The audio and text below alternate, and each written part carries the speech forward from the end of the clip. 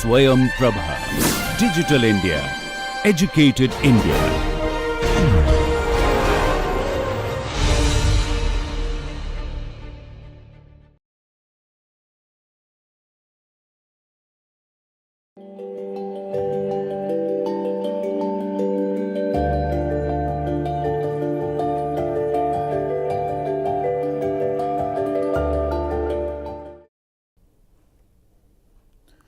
Welcome friends to this second lecture of our module 2, and in this module we are basically talking about the inorganic soil components. And so in the last lecture we have started the discussion about the primary and secondary minerals, and then we briefly discussed the difference between the primary and secondary minerals. From there we have started about the Pauling's rules, and we have discussed a couple of Pauling's rules. We have started with the Pauling rule 1, and we have discussed what is coordination number, and then we have learned about the implication of coordination number, and how this coordination number basically governs how many the cations or anions will be coexisting. So in this lecture we'll start the discussion from where we finished in the last lecture, but to give you a context, let us go back and discuss couple of things from the last lecture so that the things will be more clear. So if we go back to our last couple of slides which we discussed in our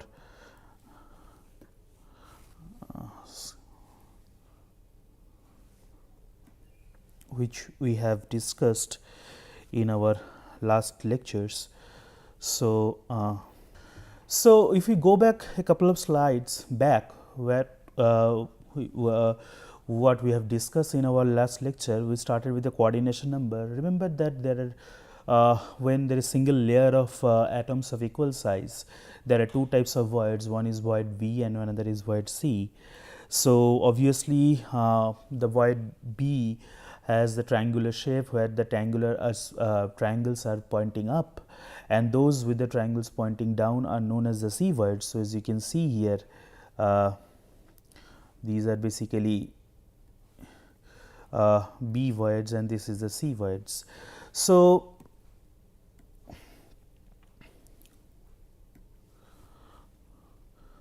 if you see that there are two types of arrangement, one is called the hexagonal closest packing, another is cubist closest packing. Now if we add the next layer of atoms, so let us see that if there is a single layer of atom called A, and then we are putting another next layer of atoms so that they occupy the space above the V voids, and then we are adding a next layer above the A atoms. So there will be repeating layer called the AB, just like this. And this type of packing is known as the HCP or hexagonal closest packing. It results in a hexagonal lattice with the C axis oriented perpendicular to the AB layers.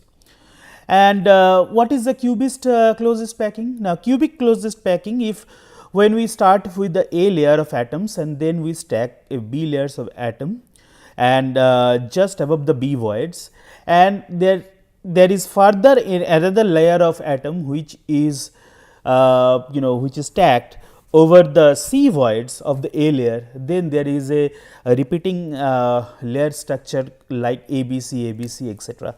So this layering structure is known as the cubist closest packing. Now also this cubist closest packing or CCP results in a cubic or isometric lattice with the C axis perpendicular to the layer. So isometric view means basically three-dimensional view. As you can see from this picture, there is a three-dimensional view where three layers of atom are stacked over each other, creating this packing. So we have learned about the hexagonal closest packing and cubic closest packing. So the next, this slide basically shows these two different types of packing. One is the hexagonal closed packed, another is ABFS, centered cubic. So, from there we have an idea about how these layers are stacked over each other. Now, another important thing which we have discussed in our last lecture is called the radius ratio. Remember, radius ratio is the relative sizes are basically it is basically the ratio of the radius between the cation and the surrounding anions. So, the radius ratio is defined by this Rx and Rz, and this Rx is basically the radius of the Rx is basically the radius of the cations, whereas the Rz is the radius of the surrounding anion. So, since the anions are usually the larger than they are the larger ions, this results in decreasing values of Rx by Rz as the size of the cation decreases. So, this is called the radius ratio. So, let us go ahead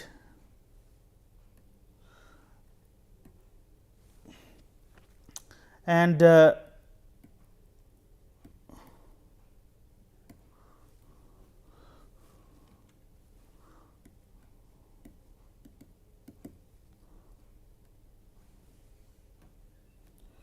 see what is the cubic coordination. So, if we decrease the size of the cations in such an arrangement, we are still allowing for the surrounding anions to touch each other and touch the cation. With decreasing size of the cations, the coordination will first results in 8 surrounding cation. As you can see in this picture, it is quite clear that this anion is basically surrounded by this 8, this cation is basically surrounded by these 8 anions, and this is called a 8-fold coordination or cubic coordination. Now, why it is called cubic coordination or 8-fold coordination? Because the shape of the objects, as you can see, the shape of the objects, object constructed by drawing line through the centers of the larger ion is a basically cube. So, the larger ions these anions. So, when you draw the lines through the center of these anions, we will get a cubic shape. So, that is why it is called the cubic coordination. So, what is the limiting radius ratio? We have discussed is the limiting radius ratio. So, if the size of the coordinated cation becomes smaller, it will become too small to touch the surrounding anions. Obviously, as you can see here, this is the cation which is surrounded by 4 anions which are larger in size. So, if the coordinated cation becomes so small that it will barely touch only the surrounding anions, then there is a concept called limiting radius ratio. So, that will occur when this Rx by Rz become too small. Now, obviously, the radius ratio of the limiting condition often called the no rattle limit, because if the radius ratio becomes smaller than that low rattle limit, then what will happen? The cation will be rattle in its side. So, it will be disrupted, the structure will be disrupted. So, let us see how we can calculate this limiting radius ratio. So, if you see this picture, it will be clear that these are the 4 cations with the radius of Rz. So, the distance between these two horizontal lines is basically 2 Rz, which is basically the combination of their radius, and if we consider the Rx as the radius of the cation, obviously the total distance from here to will be basically 2 Rx. So, obviously, based on the Pythagoras theory, we can see that the 2 Rz plus 2 Rx. So, basically 2 Rz plus 2 Rx will be its square will be basically the square of these 2 Rz square. So, basically based on the Pythagorean theorem, this distance, the square of this distance will be basically equal to the summation of the square of these two terms. So, as you can see, 2 Rz plus 2 Rx, which is the total distance, is basically the summation of these two terms, square of these terms. So, if we simplify that, we will get this Rx by Rz value of 0.732. So, this Rx by Rz value of less than 0.732, the cation will be, if this Rx by Rz, that means if the radius ratio goes below this value of 0.732, then it will be too small that it will rattle in its sides, and the structure will no longer will be stable, and then it will be changing to the 6-fold coordination. So, this is the implication of this no rattle limit. So, this is the 6-fold coordination, as you can see. Now, this is also known as the octahedral coordination, because this shape which is defined by drawing planes through the center of the larger ions is basically showing a octahedron. So, that is all it is called the octahedral coordination. Now, octahedral coordination is stable when the radius ratio is 0.732. However, by decreasing the radius of the cation further, that is Rx, if we go on reducing the value of Rx, we will eventually reach a limit where again the structure will rattle, the ion will rattle in its sides. So, then the coordination will change from octahedral coordination to further new coordination. So, let us see how it happens. So, if we consider the no rattle limit for 6-fold coordination, we will get the similar type of calculation. So, the no rattle limit can be basically determined by looking at the horizontal planes running through the ions labeled at C and D. So, these are the two ions labeled as C and D, and based on the again the Pythagorean theorem, we can see that this difference, that is 2 Rz plus Rx, this line is basically the square of this line is equal to the 2 Rz square plus 2 are basically both of them are same. So, 2 Rz, and here also the difference or the summation of the radius of the cations of the anions are 2 Rz. So, Rz plus Rz 2 Rz. So, basically it will be getting 2 multiplied by 4 Rz square. So, if we simplify this equation, we will get a value of the radius ratio of 0.414. So, that also shows the no rattle limit for 6-fold coordination. So, if the radius ratio goes below the 0.414, the structure goes into 4-fold coordination. So, earlier it was 6-fold coordination. Now, due to the reduction of the cation size, the radius ratio changes, radius ratio reduces, and ultimately this 6-fold coordination will be converted to the 4-fold coordination. And why we call it as 4-fold coordination? Because planes through the center of the larger atoms of in this case will form a tetrahedron like structure. So, that is called a 4-fold coordination, also known as the tetrahedral coordination. So, let us see one example. So, you can see here this is a tetrahedral coordination, and in this tetrahedral coordination, obviously in the center there will be a the cation which is surrounded by 4 anions. So, what is the no rattle limit for 4-fold coordination? So, the no rattle limit of tetrahedral coordination is reached when the radius ratio becomes 0.225.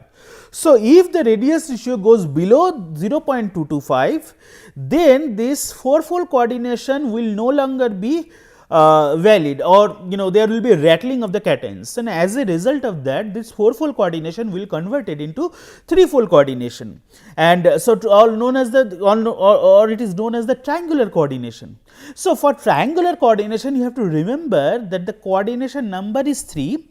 That is 3 ions are surrounded by 3 anions are surrounded the smaller cations. So, as you can see here, this is a 3-fold coordination or triangular coordination, where the small cation is basically surrounded by 3 anions, larger anions. Obviously, as you can see visually, one difference that as we are going from 8-fold coordination to 6-fold coordination to 4-fold coordination to 3-fold coordination, you are seeing that the size of the cation is going continuously down.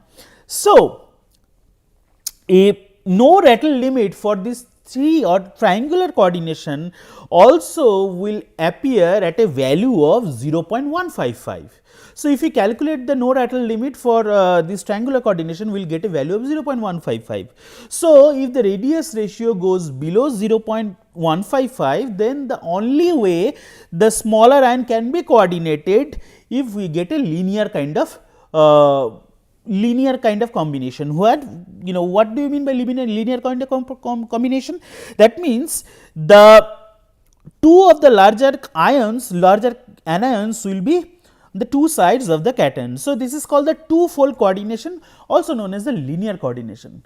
So, as you can see, from the 8-fold coordination to 6-fold coordination to 4-fold coordination to 3-fold coordination to 2-fold coordination, we are continuously changing based on the reducing radius ratio, or in other terms by reducing the size of the cations. As the reducing the size of the cations, we wanted to make sure that the cations are barely touching the surrounding anions, and that is why we have calculated this no rattling limit. And if it is if the radius ratio goes below the no rattling limit, then it will rattle and then it will be converting to a new coordination number. So, based on the Pauling rule 1, there are certain limits and the values of the radius ratio, and also the corresponding coordination number and type of this coordination coordination structure are given in this table. As you can see that when the radius ratio is 1, obviously we are getting a coordination number of 12, and basically we are getting the hexagonal or cubic closest packing. And when it is from 1 to 7.732, we are getting a cubic packing, and from 0.73 to 0.414 we are getting a 6-fold coordination. The shape is octahedral. From 0.414 to 0.225, the coordination number is 4, and we are getting a tetrahedral combination, the tetrahedral shape. And then from 0.225 to 0.155, we are getting coordination number of 3, and we are getting a triangular arrangement of the ions. And finally, when the radius ratio goes below 0.155, then we are getting the 2-fold coordination, that and the arrangement will be kind of linear. So, all these different types of packings are presented here. As you can see that in case of coordination number 3, where we are seeing it will be basically a triangular, as I have mentioned, and also in case of coordination number 4, we are seeing a tetrahedral shape. When the coordination number is 6, we are getting a octahedral shape, and for coordination number 8, we are getting an corners of a cube, that means a cubical shape here. And finally, for the coordination number 12, that is a hexagonal or cubic closest packing, we are getting a basically corners of cubo-octahedron. So, for example, if the ionic radii for oxygen anion is basically 0.14 nanometer, and also the ionic radii for silica cation is 0.039 nanometer. So, obviously, if we consider this silicon and oxygen and calculate the radius ratio, we will be getting a value of 0.279. So, this 0.279 basically comes in this range, that is tetrahedral combination or tetrahedral structure, where the coordination number is 4. So, basically 4 oxygen anion can surround the silica cation and results in a tetrahedral coordination. So, this is basically the implication of Pauling rule 1. Also, we can see here different ions, cations and anions, and their ionic radii, and also their radius ratio and corresponding coordination number. So, one thing is clear, that aluminum which is 3 plus aluminum cation can exist in either tetrahedral or octahedral coordination with oxygen anion, depending on its temperature of crystallization, because if the higher the temperature, lower the coordination number. It is a thumb rule. So, if there is a higher temperature, then there will be lower coordination number. So, from this Pauling's rule, we can basically identify for each of these cation what will be their coordination number. Now, let us move to the Pauling's rule 2. So, Pauling's rule 2 says that, also known as the electrostatic valency principle. So, it states that in a stable coordination structure, the total strength of the valency bonds which reach an anion from all neighboring cations is equal to the charge of the anion. So, basically the strength of the anion bond is expressed as this small s, which is basically calculated by a ratio of Z to Cn, where S is the electrostatic bond strength to each coordinated anion, Z is the valency of the cation, and Cn, as you know, that is the coordination number. So, in effect, the charge on a cation is shared equally among the nearest neighboring atom, which is basically very clear from this formula, because the strength of a particular bond can be calculated by dividing the valency of a particular cation by the coordination number, that means number of surrounding anions. So, if we divide the valency of a particular cation by the number of surrounding anions, obviously the charge of that cation will be shared equally among the nearest neighbor anions.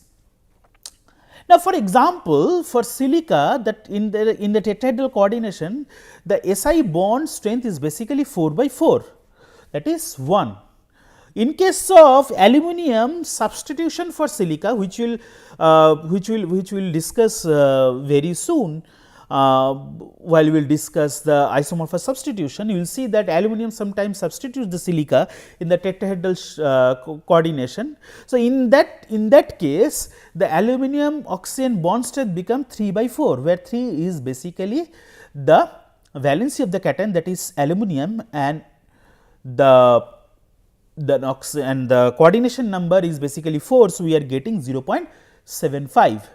So, bond strength is decreasing when you are moving from silica tetrahedra to a tetrahedra where a silica is substituted by aluminum. So, for aluminum in octahedral coordination, aluminum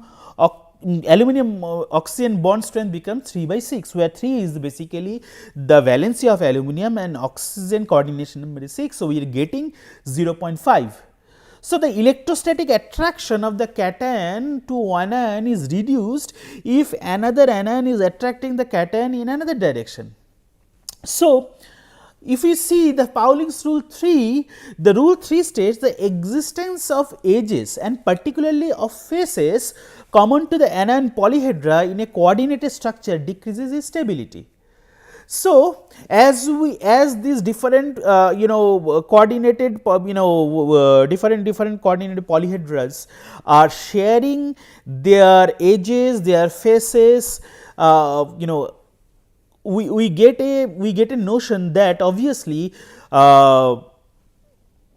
when they are joining together by sharing their faces, obviously their stability will be decreasing. So, this effect is large for cations with high valency and small coordination number. Why it is that? Because the closer the cation, there is unstable the coordination. Obviously, when the closer when the cations become closer, obviously there will be electrostatic repulsion. As a result of that, there will be basically instability in the structure. So, especially this type of instability is large when the radius ratio approaches the lower limit of the stability of the polyhedron. So, obviously, when the radius ratio is going down, that means the size of the cation is going down, and subsequently the valency of the cation is increasing and small coordination number we are getting. Obviously, there will be chance for destabilizing the structure. So, this is basically the essence of Pauling's rule 3. So, if you can see here in this picture, obviously, you can see this is a single tetrahedral unit where the silica is surrounded by 4 oxygen cations, and these sheets of tetrahedra basically will form by sharing their, there are 3 ways they can bond together. One is by point to point, which is the most stable, another is edge to edge, and third is the face to face. As you can see in this, the sheets of tetrahedra are basically linked together by point to point bonding. So, in case of octahedral unit, in case of aluminum, let us consider an aluminum octahedral unit where the central atom cation is the aluminum, which is surrounded by 6 hydroxyl ions, giving a octahedral shape. These octahedral shape basically they share their edges. These octahedral share their edges to form a sheets of octahedra, which we will see very soon. So, basically with cations of higher valence like silica, tetrahedral has point to point bonding, and with aluminum there is an edge to edge bonding. Okay. So, obviously, when there is an edge to edge bonding, it will be less stable than that of point to point bonding.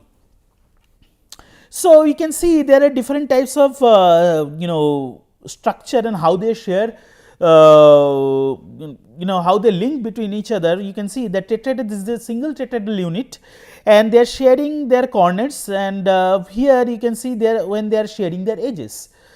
This is octahedral unit when they are sharing their corners, and this is the sharing their edges. And this is a cubic coordination, and this is basically sharing their corner and sharing their edges. Remember that when they are sharing their edges, the chance of destabilization is much more than that of sharing their corners. Now, Pauling's rule 4. The Pauling's rule 4 states in a crystal containing different cations, those of high valency and small coordination number will basically tend not to share polyhedron elements with each other. So, basically this is because the electrostatic bond strength for bonds between this cation and this coordinated anions will be relatively large. So, obviously that says that higher the valency cation, higher valency cation tends to stay as far apart from others as possible. Now, remember that if the bond strength is more than half of the charge of the anion, it is unlikely that the anion will have more than one bond to the same cation with the same coordination number. So, this is our Pauling's rule 4. Now, let us see the last rule which we will discuss today, that is Pauling's rule 5. Pauling's rule 5 says the number of essentially different kinds of constituents in a crystal tends to be small. So, obviously the constituents here, by mentioning different constituents, basically meaning the configurations like tetrahedra and octahedra. Now, obviously the complex the structure, the higher the potential energy, higher its potential energy, and hence instability, because the substance always tend to be in a state of lowest possible potential energy. So, more complex the structure of the crystallographic structure, there is more chance of instability. So, this is this is the rule 5. So, guys, we have already covered different types of all 5 rules of Pauling's, and why we have discussed this Pauling's rule will be more clear when we discuss the structure of clay minerals. So, before describing the structure of the clay minerals, it is important that we discuss the soil silicates. There are different types of structure which you can see if we classify the soil silicates. First of all, called the nesosilicates, and nesosilicates is basically built by the single separate silica tetrahedra. One example, as you can see, it is olivine. What is the next comes the sorosilicates. Now, the sorosilicates is the structure where 2 or more linked tetrahedra and giving the formula of either Si2O7 or Si5O16. And the example of sorosilicates is here given, that is epidote. Now, inosilicate is basically defined by single or double chain of tetrahedra with the basic structural unit of formula of SiO3 or Si4O11. Also, you can see the example of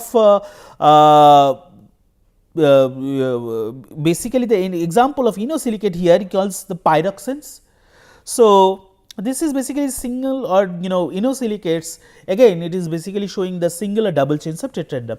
Now, next is the cyclosilicates. Cyclosilicates are basically the closed ring or double rings of tetrahedra, as you can see, example is benitoline. And phyllosilicates, this is the most important thing as far as the soil is concerned, because this is the building block of the clay mineral, which is the most reactive, one of the most reactive fractions of soils. So, as you can see that phyllosilicates is basically sheets of tetrahedra with the basic formula of Si2O5 producing a phylum, that means a leaf like structure, that is why it is called the phyllosilicates. And finally, the final one is called the tectosilicates, which is basically a stable framework of tetrahedra producing a formula of SiO2. And the example of this tectosilicate is basically feldspar, quartz, and the other primary minerals. So, guys, you have seen that we have discussed today in details about the 5 Pauling's rule, and also we have discussed the basic classification of the soil silicates. In the next lecture, we will start from the structure of individual clay minerals, and then we will discuss their individual properties based on their structure. Thank you, and let us join in our next lecture.